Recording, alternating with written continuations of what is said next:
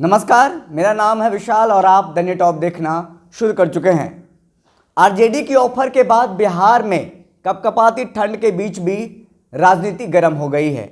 राजनीति इसलिए हो रही है कि राजद ने जो ऑफर दिया है नीतीश कुमार को, जेडीयू पार्टी को, कि अगर बीजेपी के साथ आपकी नहीं बन रही है तो आप हमारे साथ आएँ और हमारे साथ मिलकर सरकार बनाएं। आपको याद होगा वो वाकया जब नीतीश कुमार 2015 में राजद के साथ सरकार बनाई थी। सरकार कुछ ही महीने चले थे, उसके बाद नीतीश कुमार रातों रात अचानक राज्यपाल के पास जाते हैं और इस्तीफा दे देते हैं और राजद से गठबंधन तोड़ लेते हैं। उसके बाद राजद जो है लगातार आक्रामक रही है, नीतीश कुमार पर, जेडीयू पर हावी रही है।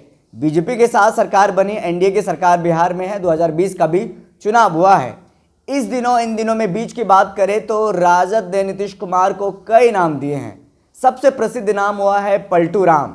पलटू राम इसलिए कि जिस तरह से राजद के साथ उन्होंने गठबंधन तोड़ा है और बीजेपी के साथ चली गई है, ऐसे में उनको पलटू राम कहा जा रहा है। और नीतीश कुमार हमेशा अपने लिए दो दरवाजे जो है वो हमेशा खुले रखते हैं, कभी बीजेपी के साथ, कभी राजद के साथ, तो कभी कांग्रेस के साथ। इसीलिए इस बार बीजेपी की टेंशन इसीलिए बढ़ी हुई है कि क्या वाकई में सीएम नीतीश कुमार आरजेडी की ऑफर को एक्सेप्ट कर लेंगे। क्या वाकई में नीतीश कुमार बिहार में सरकार जो बीजेपी के साथ चल रही है, एनडीए के सरकार चल रही है, क्या उस सरकार को गिरा करके रातों रात राजद के ऑफर को स्वीकार करके राजद के साथ चले जाएंगे। इस पर हम चर्चा करेंगे। जानकार क्या कुछ कहते हैं, वरिष्ठ पत्रकार क्या कुछ कहते हैं, इस पर भी हम आगे बात करेंगे।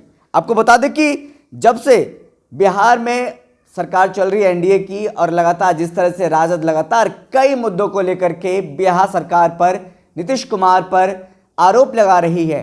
कई मुद्दे हो, शिक्षा हो, बेरोजगारी हो, रोजगार का मुद्दा हो या फिर अपराध का मुद्दा हो, कई ऐसे मुद्दे हैं जिसको लेकर के राजद सीएम नीतीश कुमार पर आक्रामक रही है, सवाल पूछती रही है। और साथ ही साथ आपने देखा होगा कि 2020 विधानसभा चुनाव के समय राजद ने क्या कुछ वादे किए थे। कहा था कि नेता प्रतिपक्ष तेजस्वी यादव ने कि अगर हमारी सरकार आती है तो हम पहली कैबिनेट की मीटिंग में कलम से ये लिखेंगे कि बिहार के 10 लाख युवाओं को सरकारी नौकरी दी जाएगी। बहरहाल सरकार तो नहीं बनी, एनडीए की सरकार बनी, राजद विपक्ष में चली गई है, लेकिन अभी तक वो जो वादे किए गए थे बीजेपी के द्वारा कि अगर हम सरकार में आते हैं तो हम 19 लाख लोगों को रोजगार देंगे, रोजगार नहीं मिला है। महारैला होने वाला है नेता प्रतिपक्ष तेजस्वी यादव के द्वारा। तमाम जो मुद्दे हैं इसको लेकर के सीएम नीतीश कुमार को घेरा जा रहा है। सीएम नीतीश कुमार असमंजस में भी है, क्योंकि जिस तरह से उनकी पार्टी लगातार 70 से 80 से गिर करके, मतलब जो उनका सीट है वो घटता जा रहा है, वो 43 पर आ गई है।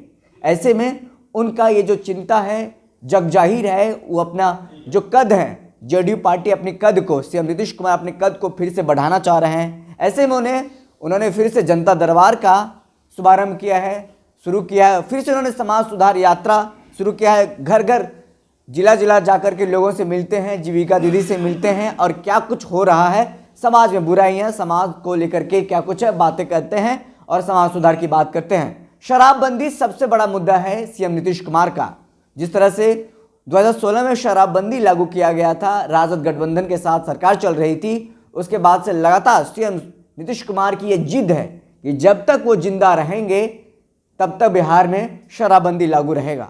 शराबबंदी, लेकिन बिहार में लगातार राजद कह रही है कि बिहार में शराबबंदी फेल है, गरीब तबके के लोग इसमें फंस रहे हैं, इस दलदल में फंसते जा रहे हैं। जीतन राम मांझी भी लगातार शराबबंदी को लेकर के पोल खोलते रहते हैं, शराबबंदी को लेकर के कई बार बयानबाजी भी कर चुके हैं।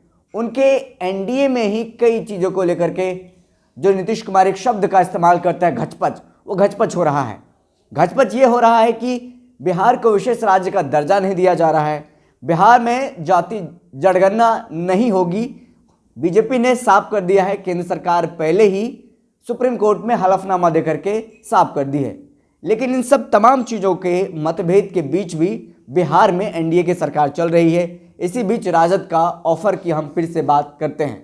क्या वाकई में सीएम नीतीश कुमार राजद के ऑफर को स्वीकार कर लेंगे?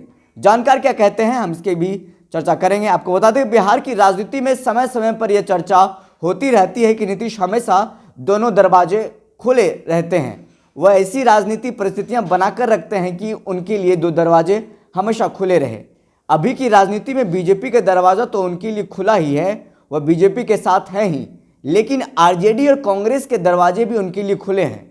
उन बयानों को भूल जाइए जिसमें नीतीश कुमार ने कहा था कि मिट्टी में मिल जाएंगे, बीजेपी के साथ नहीं जाएंगे। लालू परिवार ने नीतीश कुमार का नाम पलटू राम रख दिया, वो भी भूल जाइए। आपको बता दें कि नीतीश की पार्टी और उनके विरोधी नेताओं की राजनीति पर हम तो लगातार आपको बताते ही रहे हैं। हम कई बार इसको लेकर के डिबेट भी किए हैं। आपको साथ ही साथ बता दें कि सीएम नीतीश कुमार कभी भी दबाव में काम नहीं करते हैं। जब राजद के साथ उनकी पार्टी चल रही थी, उनकी सरकार चल रही थी, तो कई बार राजद के जो मंत्री हैं कुछ और बोलते थे, राजद के जो नेतृत्व करता है वो कुछ और बोलते थे। इसको लेकर के भी कई बार विवाद हुआ।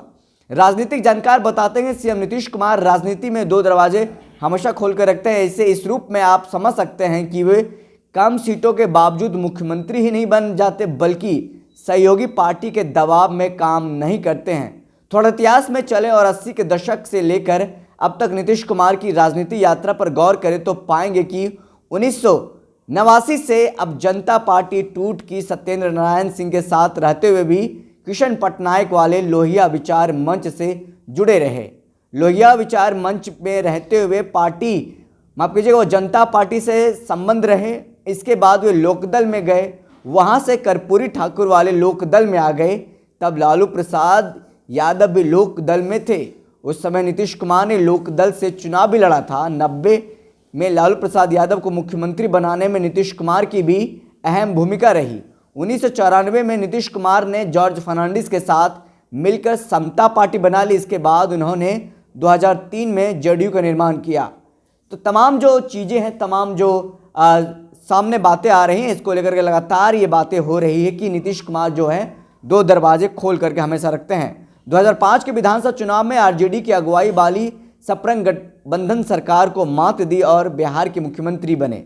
2010 में चुनाव में जेडीयू को 115 और बीजेपी को 91 सीटें आई। नीतीश कुमार फिर मुख्यमंत्री बने, लेकिन जब बीजेपी ने नरेंद्र मोदी को पीएम कैंडिडेट घोषित किया तो नीतीश कुमार को गुस्सा आ गया और उन्होंने गठबंधन तोड़ दिया। दरवाजे उन्होंने खुला रखा था और उस दरवाजे का प्रयोग कर राजद कांग्रेस के साथ हो गए।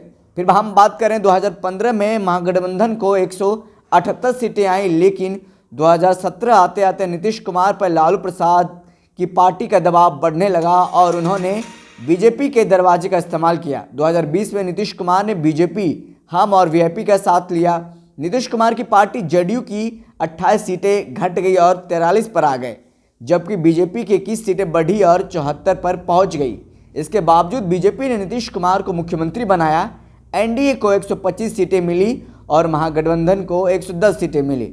राजनीति में दुश्मनी भले नीतीश कुमार निभाते हैं, लेकिन दलों के बीच की दुश्मनी वे समय के साथ भुलाते रहे हैं। नीतीश कुमार के शुभचिंतक कहते हैं कि वह उनकी राजनीति ताकत है कि लालू जैसे दुश्मन भी उनके लिए राजनीतिक दरवाजा खोल कर रखते हैं। नरेंद्र मोदी एनडीए डीएनए पर सवाल करने के बाद भी साथ देते रहे, इससे सोनिया राहुल को कोई गुरेज नहीं हुआ। तो तमाम जो बातें हैं कि क्या नीतीश कुमार फिर से राजद के साथ जाएं, कई अटकलें लगाई जा रही, लेकिन जो राजनीतिक जानकार हैं, ये एक राजनीतिक बयानबाजियां अभी चल रही है। दही चूड़ा खत्म होने के बाद ऐसा कुछ, खरमास खत्म होने के बाद ऐसा कुछ देखने को नहीं मिलेगा। बहरहाल क्या कुछ होता है बिहार की राजनीति में, लगातार हम आपको अपडेट देते रहे हैं और आगे भी अपडेट देते रहेंगे।